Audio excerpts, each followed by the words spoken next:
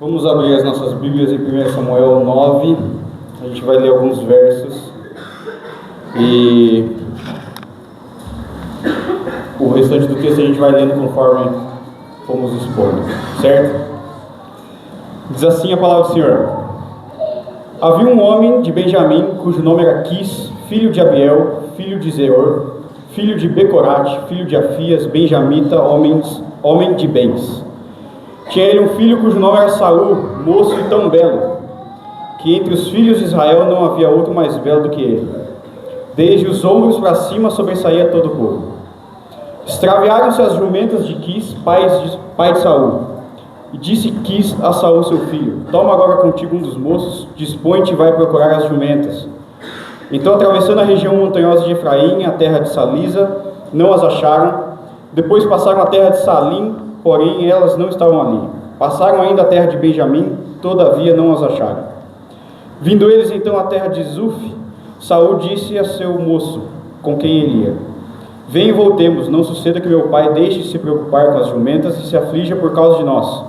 Porém ele disse: Nessa cidade há um homem de Deus, e é muito estimado. Tudo quanto ele disse sucede. Vamos-nos agora lá mostrar-nos porventura o caminho que devemos seguir. Então Saul disse a seu moço: Eis, porém, se formos lá, que levaremos então aquele homem? Porque o pão dos nossos alforjes se acabou, e presente não temos. Que temos? O moço tornou a responder a Saul e disse: Eis que tenho ainda em mãos um quarto de ciclo de prata, o qual darei ao homem de Deus, para que nos mostre o caminho. Antigamente em Israel, indo alguém consultar a Deus, dizia: Vinde e vamos ter com o vidente, porque o profeta de hoje antigamente se chamava vidente.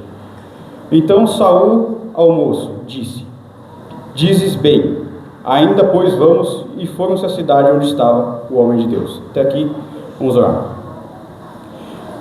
Senhor, nós suplicamos pelo teu auxílio, pela tua misericórdia, para que o Senhor abra as nossas mentes e os nossos corações para receber a tua palavra, para receber a tua exortação, para receber o teu encorajamento, para que o Senhor abra diante dos nossos olhos os nossos pecados, para que nós odiemos a eles, nos arrependamos e corramos de volta para Cristo. Usa-me agora nesse momento, que não seja a minha boca, mas seja as tuas palavras para a edificação da tua igreja. É o que nós te pedimos em nome de Cristo. Amém. Irmãos, deixa eu fazer uma pergunta rapidinho aqui para vocês. Quem já assistiu a melhor série de todos os tempos, Breaking Bad? Pode levantar a mão, não tenha medo. Aí, boa, excelente. Então, quem não assistiu está errado. Arrependa-se do seu pecado e vá, Enfim, seguimos. Na segunda temporada, um dos traficantes, ele é preso, e aí o chefe dele tem que resolver o problema, certo? E eles vão atrás de um advogado. E a dica que eles dão é o seguinte: não, a gente não precisa de um advogado criminal, a gente precisa de um advogado criminoso. E é o cara que resolve tudo. E por coincidência o nome do advogado é Saul, Saul Goodman, Saul. E é exatamente, parece que o cara tirou desse texto bíblico essa cena. Porque é exatamente aqui, Israel está com um problema, e eles vão, em vez de ir para Deus resolver um problema, falam assim: Senhor, as nações ao nosso redor são pagãs, são ímpias, a gente precisa de solução, a gente precisa de alguém, que o Senhor nos dê alguém que resolva o nosso problema. Não. Em vez deles procurarem o advogado criminal, eles vão atrás do criminoso. Eles falam assim: a gente quer um cara igualzinho eles. A gente precisa de um cara que seja tão bandido quanto eles, para ele resolver a nossa situação. E para quem que eles vão atrás? Quem que aparece no texto? Jimmy McGill, Saul Goodman, Saul benjamita. É a mesma pessoa aqui. Do capítulo 9, do verso 1 até o verso 25, Saul, a pessoa de Saul, é apresentada para nós. Do verso 26 do capítulo 9 até o verso 16 do capítulo 10, Deus capacita Saul simplesmente pela sua misericórdia. E do verso 17 do capítulo 10 até o final do capítulo 10, que é bastante texto para a gente cobrir hoje, o rei é escolhido pelo povo. Então a gente tem o rei apresentado, o rei é capacitado e por fim o rei é escolhido, celebrado. Então, vamos ao texto. É muito interessante que o escritor de Samuel, aqui ele vai colocar um paralelo. Saul é apresentado como um benjamita, filho de Quis, filho de Becorate, filho de Afias, aliás, filho de Abiel, filho de Zeror, filho de Becorate, filho de Afias, uma extensa geração, certo? E diz que era um homem de bens, rico, poderoso. E aqui o primeiro paralelo que o escritor está estabelecendo é com o próprio Samuel, que lá no capítulo 1, quando fala da família de Eucana, também colocam 4 gerações, e também era um homem de bens, porque ele subia todo ano para sacrificar. Inclusive quando Samuel nasceu, ele subiu com bois. Mas diferente de Samuel, Saul é um negativo. Samuel e Saul compartilham a mesma raiz do nome, pedido. Em 1 Samuel 1, quando Ana recebe o neném, ela fala assim: eu dei o nome de Samuel porque eu o pedi a Deus. Da mesma forma, Saul aparece aqui como aquele que está sendo pedido pelo povo. Eles são da mesma região sul de Israel. Efraim e Benjamim são próximos. Os dois são de famílias ricas. Os dois saem de lugar nenhum, do anonimato completo, para conhecimento nacional. Saul, rei de Israel, Samuel, o profeta de Israel. Mas a principal coisa que distingue absolutamente os dois é o coração.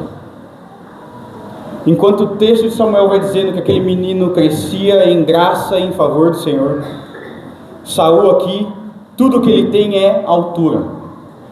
Tudo que ele tem é uma chapa bonita, só isso. O texto vai dizer: ele tinha um filho cujo nome era Saul, moço, ou seja, forte, belo, e entre os filhos de Israel, dos ombros para cima, se sobressaía a todo mundo.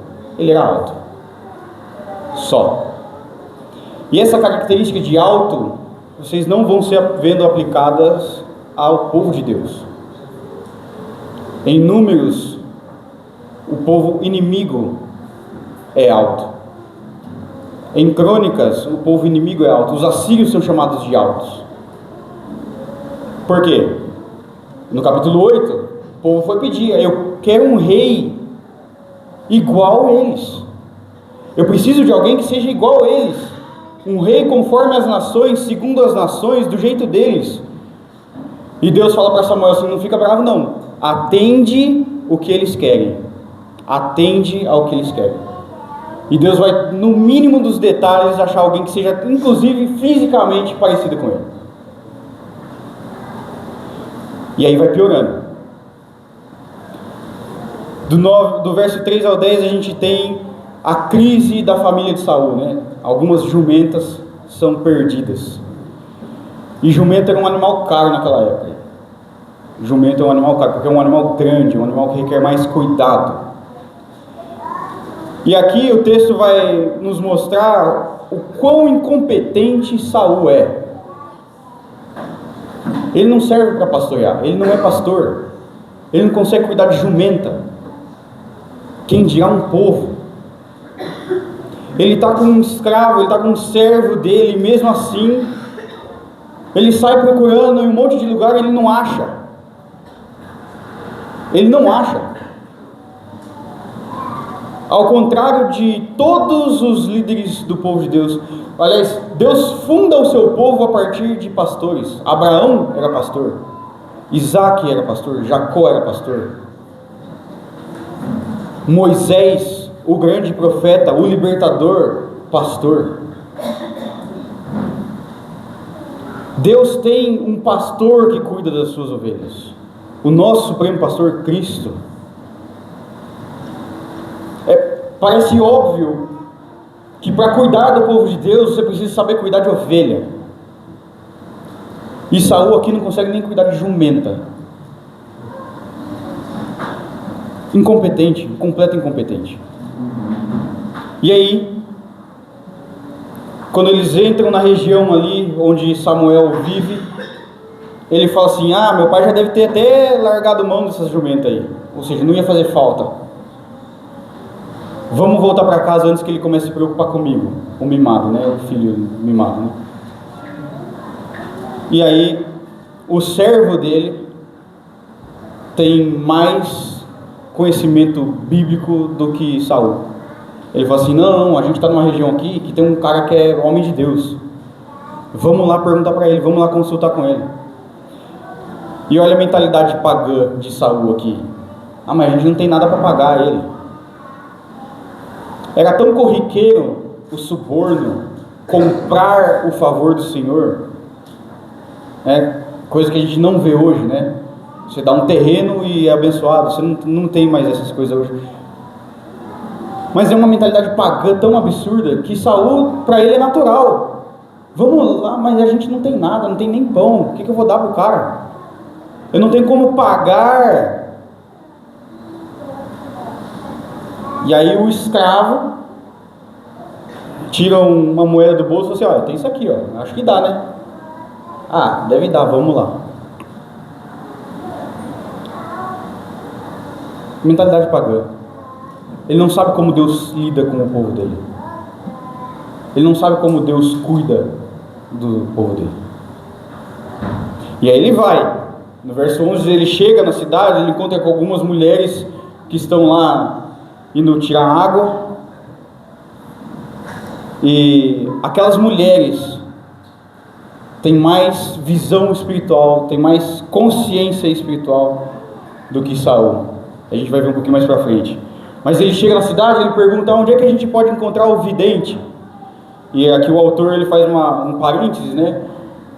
Dada a distância do texto bíblico e o fato, ele faz um parênteses e fala assim: ah, não, naquela época se chamava de vidente todos os profetas, até porque aqui a gente está num período de transição onde tudo é meio novo, não existe o ofício profético propriamente estabelecido, né?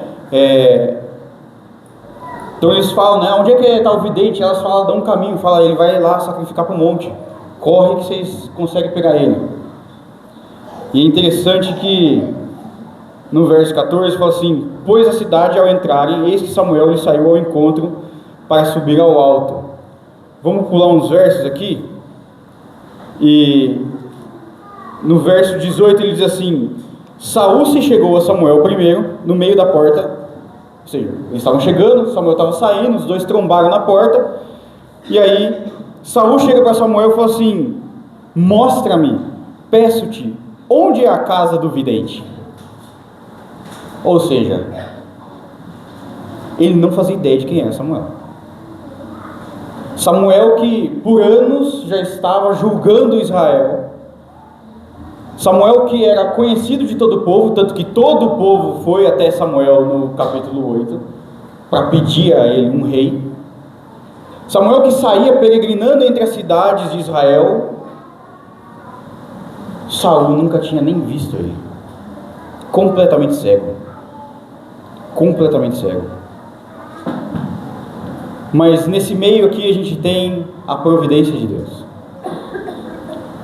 Verso 15 diz assim: ora, o Senhor, um dia antes de Saul chegar, o revelara a Samuel, dizendo.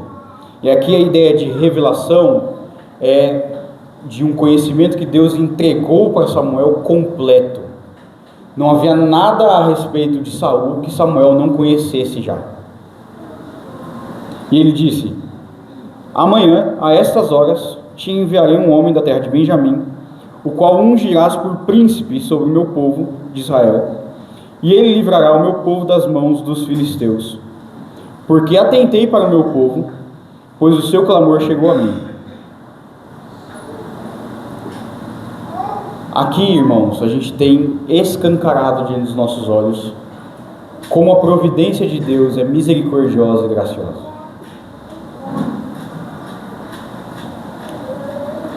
Deus revela para Samuel, Deus entrega para Samuel tudo aquilo que o povo pediu. Mesmo sendo fruto de rebeldia, mesmo sendo fruto de pecado, mesmo sendo uma pessoa completamente incompetente, mesmo sendo...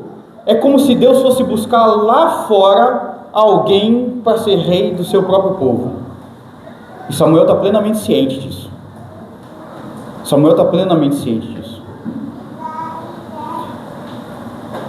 No verso 16, Deus fala, além da sua providência, está cuidando de todas as coisas, e a sua misericórdia está agindo de acordo com os propósitos dele.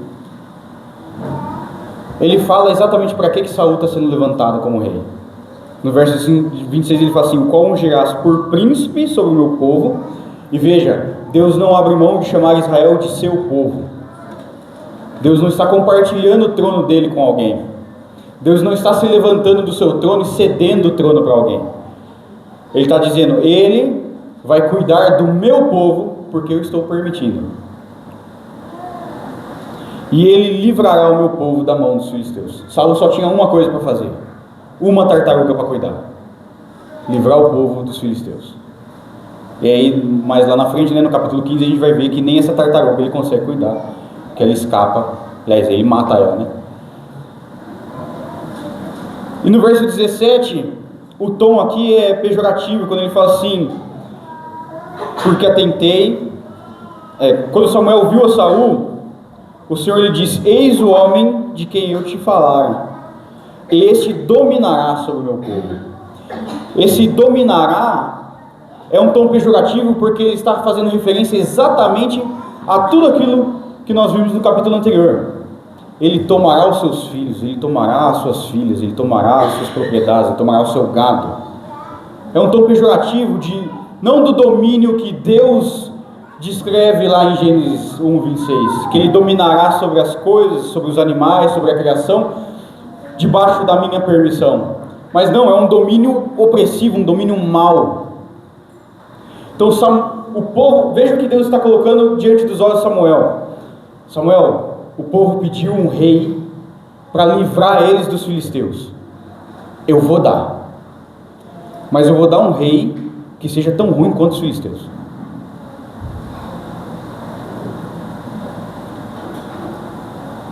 Mas mesmo assim eu estou cuidando de todas as coisas. A providência de Deus, ela é muito clara nesse texto. Eu estou cuidando de todas as coisas. Eu estou governando todas as coisas. Os mínimos detalhes da vida não fogem aos meus olhos. Eu tenho um controle sobre tudo. E aí, ele se encontra com Samuel. E do verso 19 até o 21... Samuel já de cara fala assim: não, eu sou o profeta mesmo que vocês estão procurando, e vamos ali comigo. Eles participam do sacrifício, eles jantam, e Samuel, antes de Saul perguntar qualquer coisa, Samuel já fala assim: ó, as jumentas do seu pai, fica tranquilo que já encontraram, não tem problema nenhum. E aí no verso 20, no final do verso 20, ele diz assim: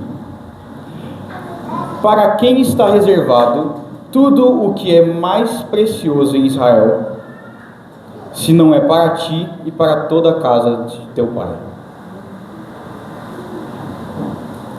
Samuel fala assim: ó, as jumentas que você estava preocupado, a sua maior preocupação da vida, que é encontrar os jumentinhos do seu pai, está tranquilo, não se preocupe com isso.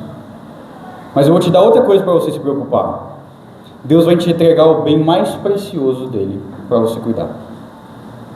A herança do Senhor. Aquilo que é mais precioso para Deus, Ele vai colocar nas suas mãos. E aí Saul treme. Ele responde assim: porventura não sou benjamita, da menor das tribos de Israel? E minha família é a menor de todas as famílias da tribo de Benjamim? Por que, pois, me falas com tais palavras? E aqui Saul tenta dar uma de João sem braço. Não é possível, não tem nada dessas coisas não. Eu sou da tribo de Benjamim, eu não posso. Minha tribo é fraca, minha tribo é a menor de todas. Eu sou da família mais desimportante da tribo de Benjamim, eu não sou ninguém lá. Mentira. Se a gente entender o texto com os seus propósitos, a conexão da tribo de Benjamim com o livro de Juízes é absolutamente completa. A tribo de Benjamim causou uma guerra entre Benjamim e as outras 11, a ponto de muita gente morrer. A tribo de Benjamim, por menor que ela fosse, ela era constituída dos mais valentes guerreiros de Israel. É uma tribo de sanguinários. Ele mente.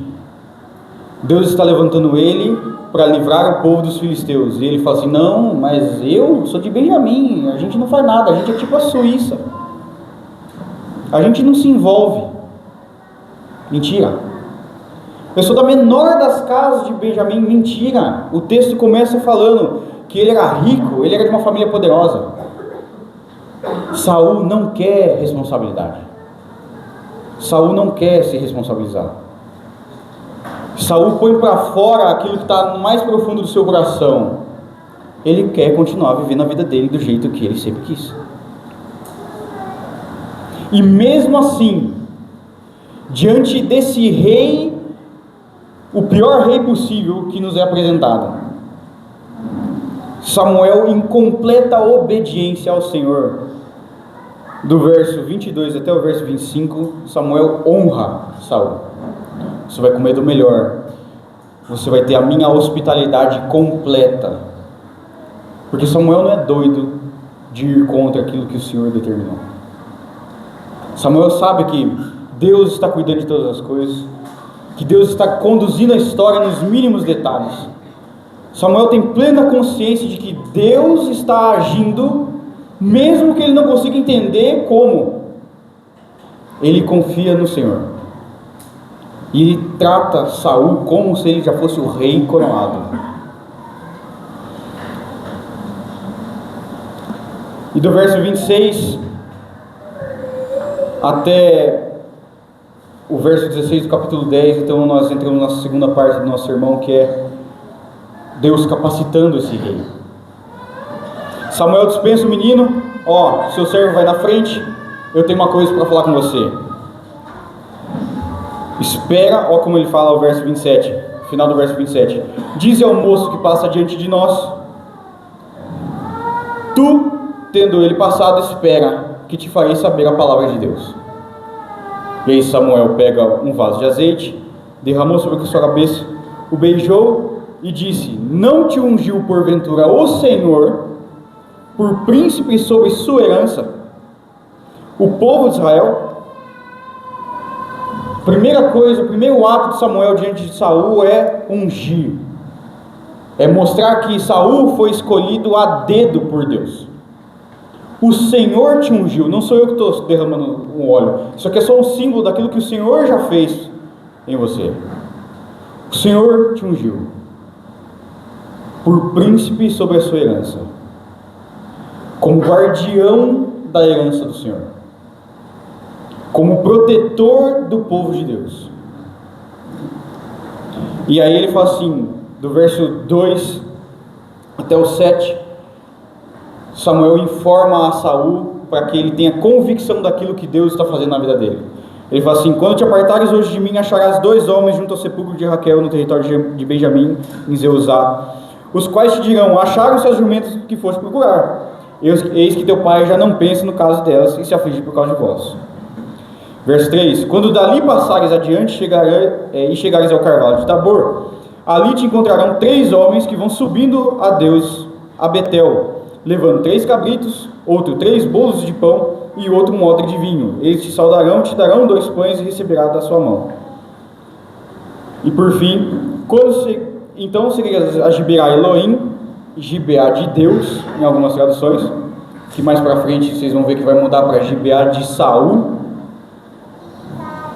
onde está a guarnição de filisteus, e há de ser que, entrando na cidade, encontrarás um grupo de profetas que descem do alto, precedidos de saltérios, tambores, flautas, harpas, e eles estarão profetizando. E o Espírito do Senhor se apossará de ti, e profetizarás com eles, e tu serás mudado em outro nome. Quando esses sinais te sucederem, faze o que a ocasião te pedir, porque Deus é contigo. Samuel já deu todos os sinais de confirmação de que Deus está agindo na vida de Saul. É Deus que está colocando Saul na posição de rei. E tem um alerta aqui no verso 8. Deus está agindo com benevolência com Saul. Deus está agindo com misericórdia com Saul e com o seu povo. E as coisas vão andando. E no verso 8, Samuel dá um alerta. Tu, porém, descerás adiante de mim a Gilgal, e eis que eu descerei a ti para sacrificar holocausto e para apresentar ofertas pacíficas. 7 dias esperarás, até que eu venha ter contigo e te declare o que hás de fazer. Saul, todas essas coisas, você vai sair, vai encontrar 2 moços, eles vão falar que a jumenta do seu pai já achou, vai encontrar mais 3, eles vão te dar comida, você vai chegar lá na cidade, vai ter um grupo profetizando, você vai entrar na onda também. Mas tudo isso é para você ter um sinal de quê? De que Deus está agindo. Mas tem uma coisa que é mais importante que todas essas. Eu vou te falar o que você vai fazer. Eu, como representante de Deus, como aquele que traz a palavra de Deus, vou te dizer o que você tem que fazer. Você vai esperar até que Deus fale o que você tem que fazer. Ou seja, mais importante do que as coisas na vida acontecendo em favor de Saul, como comprovação de que Deus está realmente no controle de todas as coisas, mais importante do que isso, seja submisso à palavra de Deus. Saul, seja submisso à palavra de Deus. Esteja debaixo da orientação de Deus. Deus não falou nada, fica quieto. Deus não falou para ir, não vai. Espera. Você só age depois que Deus te dizer exatamente o que você tem que fazer. E aí, do verso 9 ao verso 10,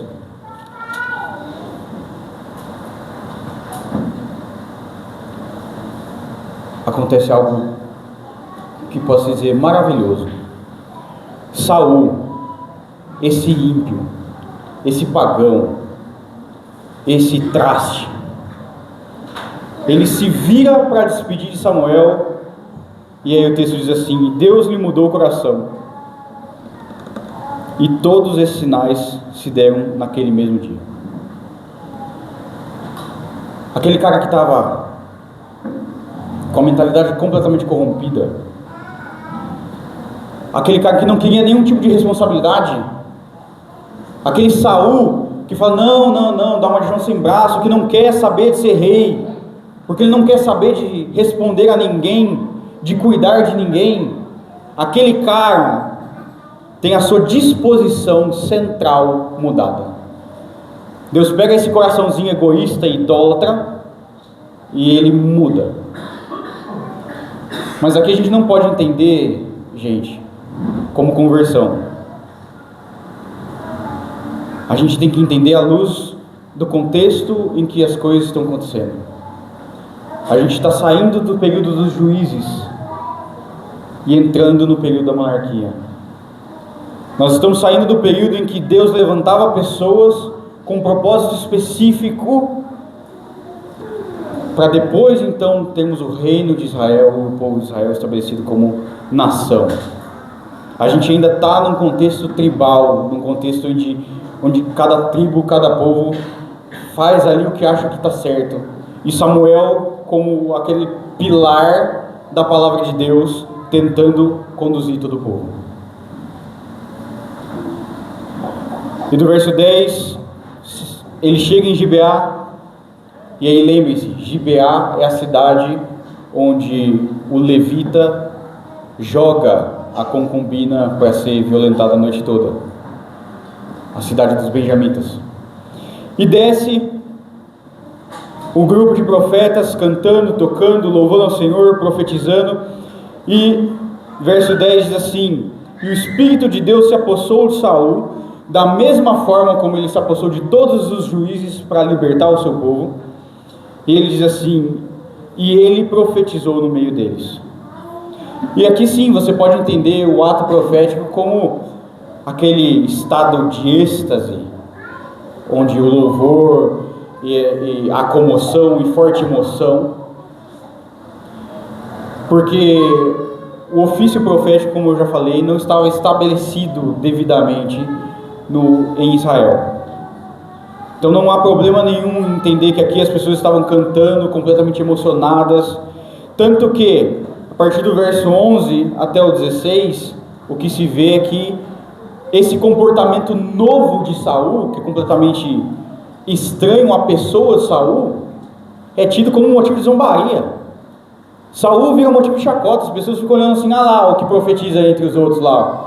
Tá lá, ó, Saul tá lá junto com aquele bando de louco lá, ó, profetizando também. Vira motivo de chacota, vira motivo de zombaria. E a gente vê que o coração de Saul não foi realmente convertido ao Senhor, mas que essa é uma capacitação específica do Espírito Santo, com um propósito específico. Porque quando o tio de Saul chega para conversar com ele, o que ele faz? Ele esconde que Samuel ungiu ele para ser rei. Verso 14 diz assim: perguntou o tio de Saul a ele: onde foste? E aí Saul: fui buscar a jumenta. E vendo que não apareciam, fomos a Samuel. E aí o tio dele: mas e aí? Conta-me, peço, tio, o que é que vos disse Samuel? Aí Saul de novo, ó o João sem braço aqui, informou-nos que as jumentas já foram encontradas. No final do verso 16: porém com a respeito do reino de que Samuel falara, não declarou nada. Saul ainda não quer essa responsabilidade para ele. Saul foi mudado por Deus. Saul teve uma experiência absurda, completamente diferente de tudo que ele já tinha experimentado na vida dele com Deus. Saul experimentou a ação direta do Espírito Santo, mudando a forma dele pensar. E aí, tudo isso para confirmação de que ele realmente foi escolhido por Deus. E aí ele faz o quê? Pode ser que não vou falar nada, pode ser que não. E esse trecho vai nos mostrar como Deus é gracioso, como Deus é misericordioso. Ele está dando todos os meios, todas as ferramentas, ele está mexendo naquilo que Saul não pode mexer por si próprio, que é o seu coração.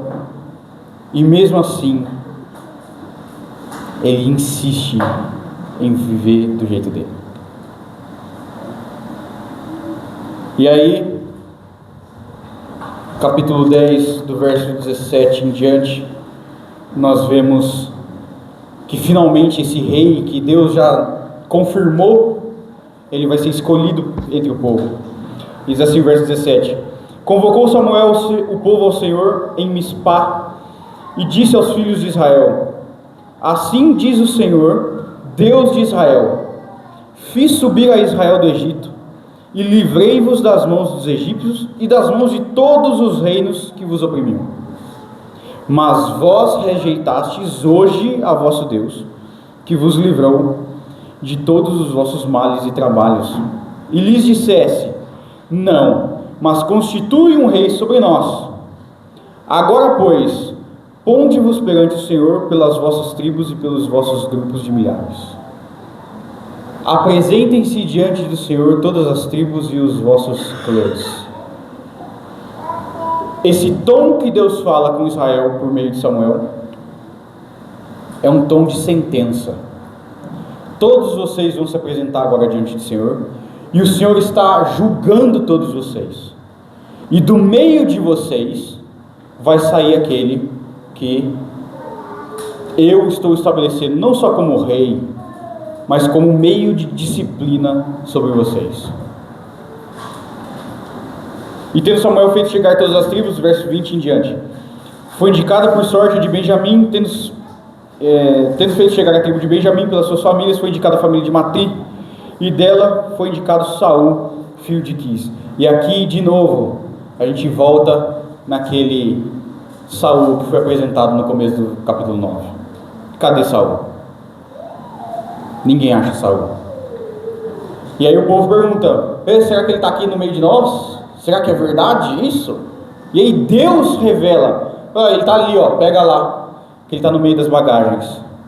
Aí o povo vai, pega Saul, traz. E aí na hora que Saul fica em pé, todo mundo vê que ele é alto. E gente, aqui estamos falando de todo o povo de Deus reunido. Ele é mais alto do que todos. Ele é mais alto do que todos. A Bíblia vai dizer que todo o povo não chegava aos seus ombros. Aí quando o povo viu isso, nossa, esse é o cara. Tanto que Samuel vai dizer o seguinte, olha o verso 24, ele diz assim: Então disse Samuel a todo o povo: Vedes a quem o Senhor escolheu? Pois em todo o povo não há nenhum semelhante a ele.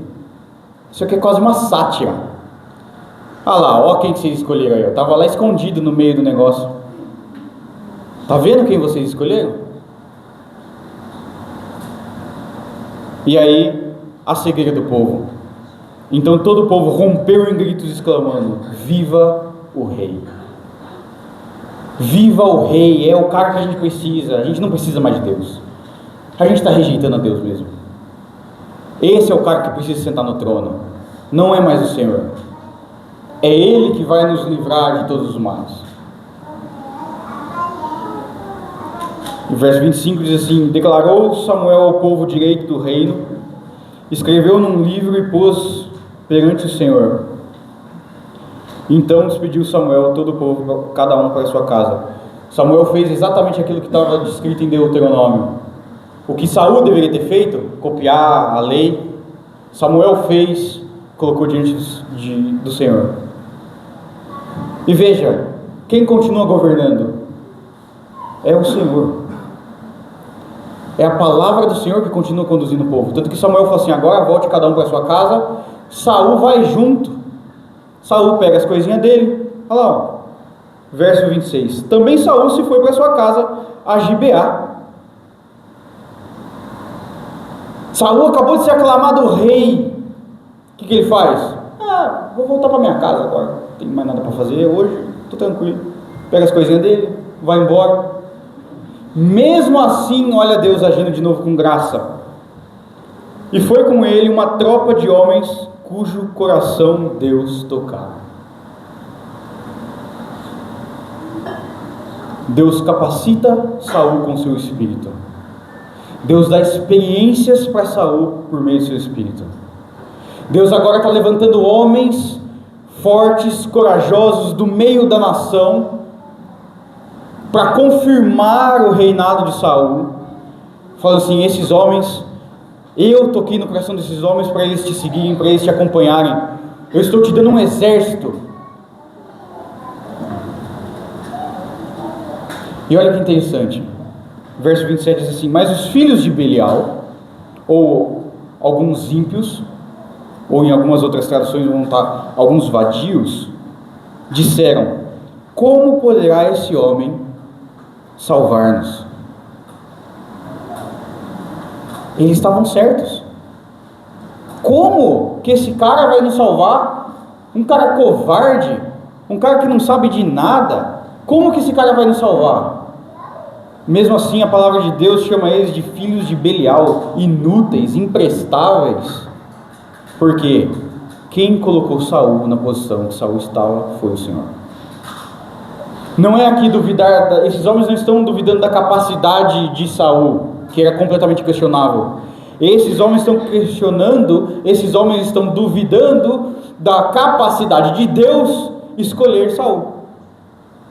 Por que Deus escolheu Saul? Deus errou. Deus tem um monte de outra gente melhor para escolher. Duvidar de que Deus, mesmo nas situações mais caóticas e difíceis possíveis, duvidar de que Deus está no controle é pecado. Por mais que a gente olhe e não entenda nada do que está acontecendo, do que a gente, na nossa cabeça, a gente fala assim, não, tem uma solução melhor. Quando você questiona Deus, fala assim, Deus, você tem certeza do que você está fazendo? Deus olha para você como um desprezível, como alguém imprestável, inútil. Ele fala assim, quem é você? Né? Deus olha para a gente com a mesma pergunta que ele fez para Jó, né? Onde você estava quando eu fiz todas as coisas?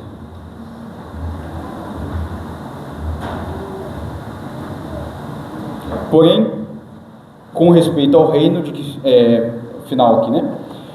E desprezaram e não lhe trouxeram presentes, porém Saul se fez de surdo.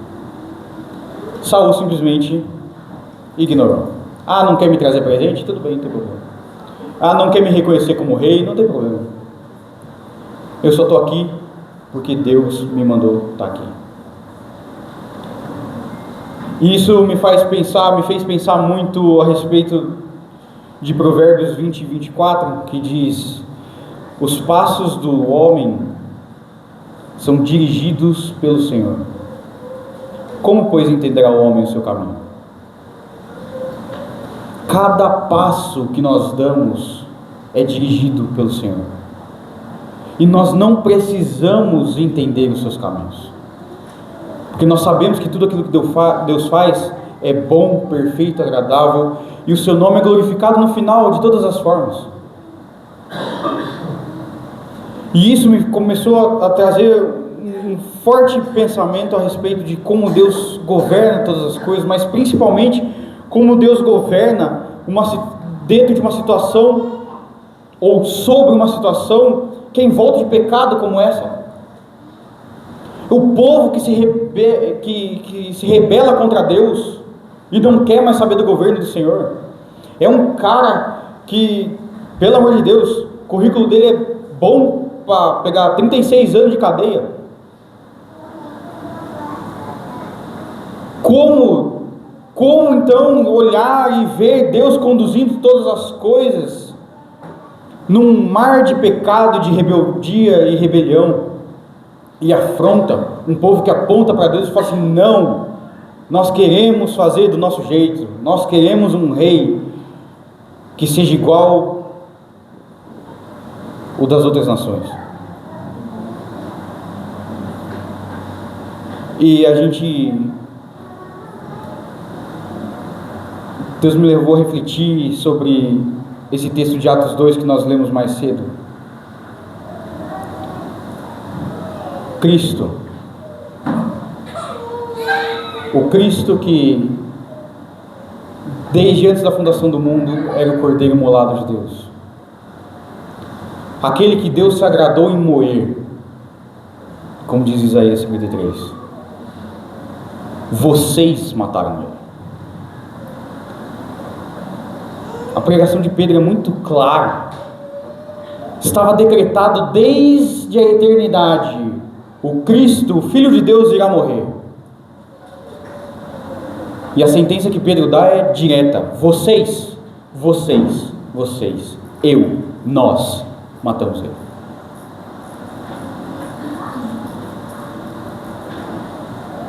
A maior atrocidade da humanidade, o dia mais tenebroso da existência, o maior pecado que o mundo já cometeu, conduzido detalhadamente pelo Rei soberano de todas as coisas, o Criador do universo. Deus conduz tudo. O nosso pecado, que nós somos culpados e devemos imediatamente se arrepender dele e abandoná-lo e odiá-lo, mas mesmo o nosso pecado, de alguma forma Deus conduz a nossa história para que o nome dele seja glorificado no final. E nada escapa dos seus olhos e das suas mãos. Nada. A providência, ela é profunda, de entender que todas as coisas já estão decretadas e Deus não vê nada, Deus não é surpreendido por nada que aconteça, Deus não é surpreendido pela maior atrocidade que a gente faça, porque Ele já sabe, já está dentro do curso da história. Mesmo assim, Ele nos convoca ao arrependimento, Ele nos convoca a abandonar o nosso pecado e correr para Cristo. Mesmo assim, Ele conduz tudo de forma perfeita, de forma perfeita. Cristo não será desonrado em nenhum momento da história. Ele não será menosprezado, ele não será diminuído, o reino dele não será abalado por momento nenhum da história, por mais difícil e caótica e pecaminosa que seja. E eu lembro muito bem de um aconselhamento que a gente teve com o Will uma vez, e ele falou assim, mesmo a primeira coisa que ele falou, e que eu vou ter isso para a minha vida sempre, porque eu sei que foi Deus que falou através da boca dele: mesmo diante do seu pecado, Deus está formando Cristo em você. A situação que você está passando, tem pecado envolvido, vamos precisar de reconciliação, vamos precisar de perdão, vamos precisar de arrependimento. Deus está formando Cristo em você. Você pode sair do seu pecado mais parecido com Jesus. Isso é providência. Isso é providência. Isso é Deus cuidando de tudo nos mínimos detalhes. É Deus cuidando da nossa vida naquilo que mais ninguém sabe. Cristo está sendo formado em nós, mesmo e apesar de nós, porque Ele derramou do seu Espírito sobre a sua igreja. O Espírito de Cristo está em nós, habita em nós. Diferente de Saul, que teve ali uma experiência pontual para uma coisa específica, que era derrotar os filisteus, e mesmo assim ele não consegue, por causa do próprio pecado e do próprio coração. Em Atos 2, o Espírito é derramado de forma abundante e eterna sobre nós. Nós agora somos habitados pelo Espírito Santo. Nós não temos mais a limitação que o pessoal do Antigo Testamento tinha, porque Deus derramou de forma abundante do seu Espírito sobre nós. Nós somos selados com o Espírito Santo da promessa.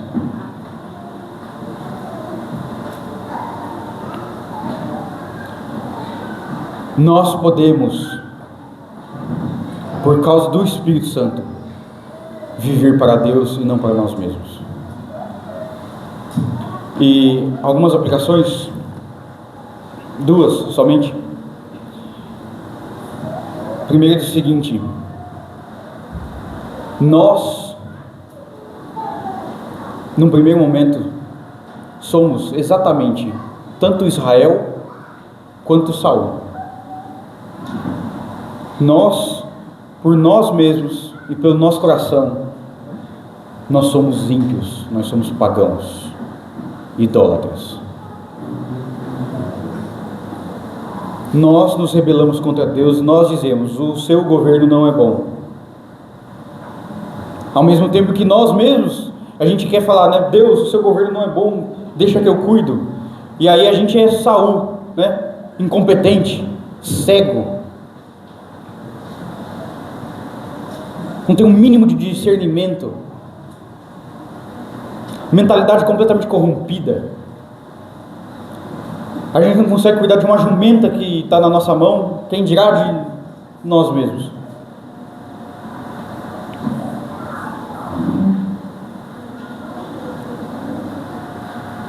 Nós somos Israel e somos Saul. A gente age como Israel e aí a gente quer chamar o Saul, que somos nós mesmos.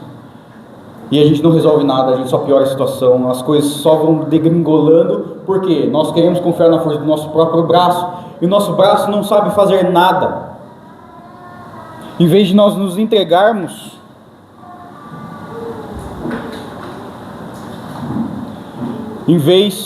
acho que morreu a filha.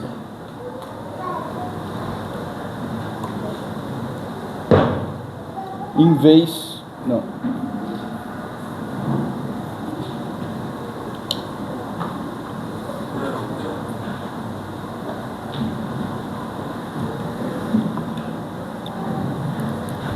Em vez de nós nos entregarmos ao Senhor, confiando nele, naquilo que ele fez, naquilo que ele faz, sabendo que ele cumprirá todas as suas promessas, em vez de nós confiarmos no Rei dos Reis, naquele que está sentado à destra de Deus, que venceu a morte, que já derrotou Satanás, que derrotou todos os seus inimigos, em vez de nós confiarmos nele e buscarmos a ele para a solução dos nossos problemas, a gente quer dar o nosso jeitinho.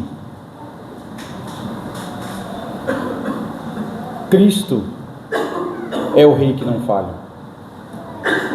Ele é aquele que em momento algum deixa de cumprir o que falou. Ele é todo poderoso para fazer e acontecer. A gente está falando daquele que está sentado à destra de Deus, que sustenta o universo pela sua palavra. Aquele que é o Criador de todas as coisas, e todas as coisas subsistem porque Ele quer. E você acha que Ele não vai ter poder e capacidade para resolver os nossos problemas que são tão pequenos? O Cristo que desceu ao túmulo e ressuscitou a si mesmo pelo poder do seu Espírito, Ele não pode nos ajudar a vencer o nosso pecado? Que pensamento mesquinho! É olhar para Deus como se Ele fosse muito pequeno. É olhar para Deus como se Ele fosse um acessório. A gente deve confiar, crer em Deus. E crer não é só aquela fé falsa, moralista ou legalista, ou aquela fé na fé, né? Joga para o universo que ele responde. Não. A fé é colocar-se em movimento, em plena obediência, porque nós amamos a esse Deus, nós o conhecemos, nós sabemos quem Ele é de fato, porque Ele se revelou a nós através da sua palavra, e principalmente através de Jesus Cristo. E conhecer a Ele de forma profunda, a ponto de que, Senhor, eu não quero mais viver, que o Senhor viva em mim, por mim e através de mim. Eu não quero mais fazer as coisas do meu jeito. Senhor, eis aqui o meu pecado, me ajuda, me sustenta. E Deus é tão grandioso e gracioso e amoroso, que nos leva ao segundo ponto da nossa aplicação. Ele nos deu o seu Espírito. Ele nos deu o seu Espírito.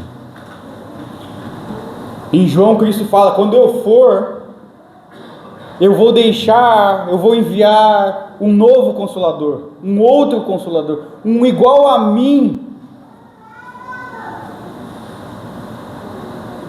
e faremos morada em vocês,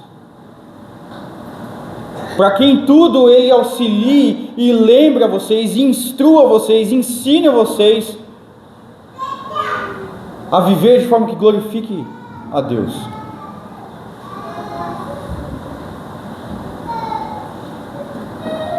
Filipenses, Paulo vai dizer: é Ele quem dá, quem faz tanto o querer quanto o realizar, é dele, é Ele que gera em nós. Se nós desejamos ser santos, é porque o Espírito Santo está frutificando isso no nosso coração. Se nós entendemos que precisamos nos esforçar em santificar, em mortificar a nossa carne, é porque o Espírito Santo está fazendo isso em nós. E nós nos abraçamos a Ele, nós nos apegamos a Ele, e nós suplicamos a sua ajuda, a sua misericórdia. Efésios: sejam cheios do Espírito Santo, sejam cheios do Espírito Santo. Porque quando o Espírito Santo transborda de nós, é que nós podemos instruir o outro, é que nós abandonamos o nosso pecado. Se nós estamos vivendo de forma a agradar o nosso coração, significa que nós não estamos cheios do Espírito Santo. É preto no branco. Não tem um meio termo. Quanto mais eu deixo o meu coração se esbanjar nos seus prazeres, menos eu vou orar, menos eu vou ler a Bíblia, menos eu vou ter vontade de ter comunhão. É natural, porque eu estou me esvaziando do Espírito. Eu estou permitindo que o Espírito, aliás, eu estou negando o Espírito. De outro lado, quando nós nos apegamos firmemente aos meios de graça, leitura da palavra, oração, uma vida de oração, jejum, comunhão, o Espírito Santo nos enche, ele é derramado sobre nós. E nós experimentamos, não podemos negar isso, nós experimentamos uma graça diferente. Vencer pecado é jogar pimbolim. É fácil, porque o Espírito Santo nos fortalece, ele nos dá, é até difícil de colocar em palavras.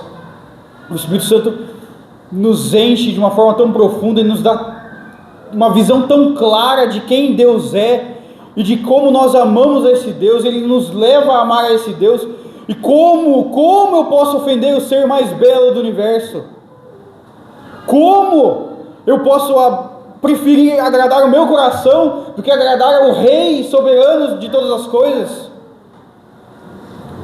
O Espírito Santo coloca isso nítido, sólido, palpável diante dos nossos olhos. E Deus nos deu abundantemente, graciosamente, o seu Espírito. E Ele nos enche, Ele deseja que nós sejamos cheios do Espírito, porque cheios do Espírito, nós seremos mais parecidos com Cristo. É o Espírito de Cristo, a mente de Cristo, para que quando as pessoas olhem para nós, eles vejam Cristo.